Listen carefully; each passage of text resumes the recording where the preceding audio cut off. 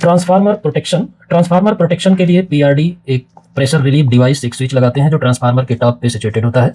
और बेसिकली ये spring loaded mechanical valve होता है और उसमें स्विचिंग भी होता है, तो इसलिए माइक्रो स्विच, जिसको हम माइक्रो स्विच कहते हैं, इसमें पीआरडी को, इसको पीआरवी भी कहते हैं, प्रेशर रिलीफ वाल्व भी कहते हैं। इसका पर्पज क्या होता है? मेन जो इसका पर्पज है, ये जब ट्रांसफार्मर के अंदर कोई इंटरनल फॉल्ट होता है तो गैस अंदर बन जाती है, जिसकी वजह से प्रेशर रिलीफ वाल्व की तरफ से निकलता है और स्प्रिंग को प्रेस करके गैस और हॉट ऑयल जो है बाहर निकल जाता है। उसी के अंदर जब प्रेशर बहुत ज़्यादा डेवलप हो जाता है तो उसमें एक स्विच रहता है एनओ पोजीशन पे। जैसे ही प्लेट ऊपर आता है तो एनसी बन जाता है और वो क्लोज हो जाता है लूप, और वो कमांड दे देता है सर्किट ब्रेकर को, जो कि सर्किट ब्रेकर ट्रिप कर जाता है, जो ट्रांसफार्मर सेफ शट डाउन हो जाता है। Okay, how the PRD switch works, ये कैसे काम करता है?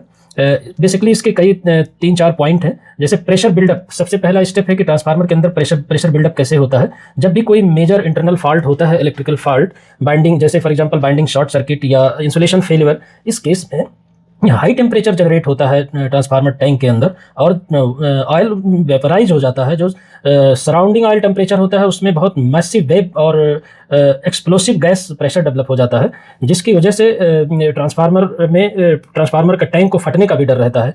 तो इस चीज़ से बचाव के लिए हमने पीआरडी लगाते हैं। इसका मैकेनिकल वेंटिंग कैसे होता है? सेकेंड स्टेप है मैकेनिकल वेंटिंग। मैकेनिकल वेंटिंग यानी कि कैसे ये ओपन होता है, और ये फिर मोस्टली ये 28 से 35 किलो पास्कल और या 4 से 5 PSI जब ये प्रेशर अंदर डेवलप हो जाता है तो ये गैस वेंट हो जाता है और ऑयल। ये एक केस हो गया कि ऑयल और गैस निकलने का। लेकिन स्विच एक्टिवेशन कैसे होता है? स्विच एक्टिवेशन में सेम थिंग्स है। जब प्रेशर ज़्यादा डेवलप हो जाता है तो इस केस में जो उसके अंदर एनसी स्विच है, नॉर्मली एनओ स्विच है, नॉर्मली ओपन रहता है। लेकिन जैसे ही ये प्रेशर बहुत ज़्यादा होता है तो वो स्विच एक्टिवेट होकर वो रिले को इंडिकेट कर देता है, सिग्नल भेज देता है और उसको ट्रिप करवा देता है ब्रेकर को।